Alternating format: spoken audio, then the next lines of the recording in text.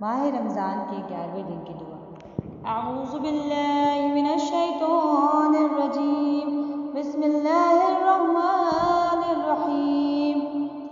اللہم حبب الی فیہ الاحسان وکرہ الی فیہ الفسوق والعصیان وحرم علی فیہ السقط والنیران بعونک یا غیاث المستغیثین۔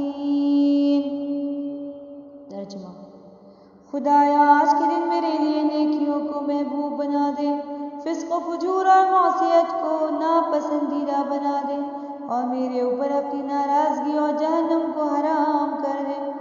اپنی امداد خاص سے فریادیوں کے فریاد رس، آمین یا رب العالمین۔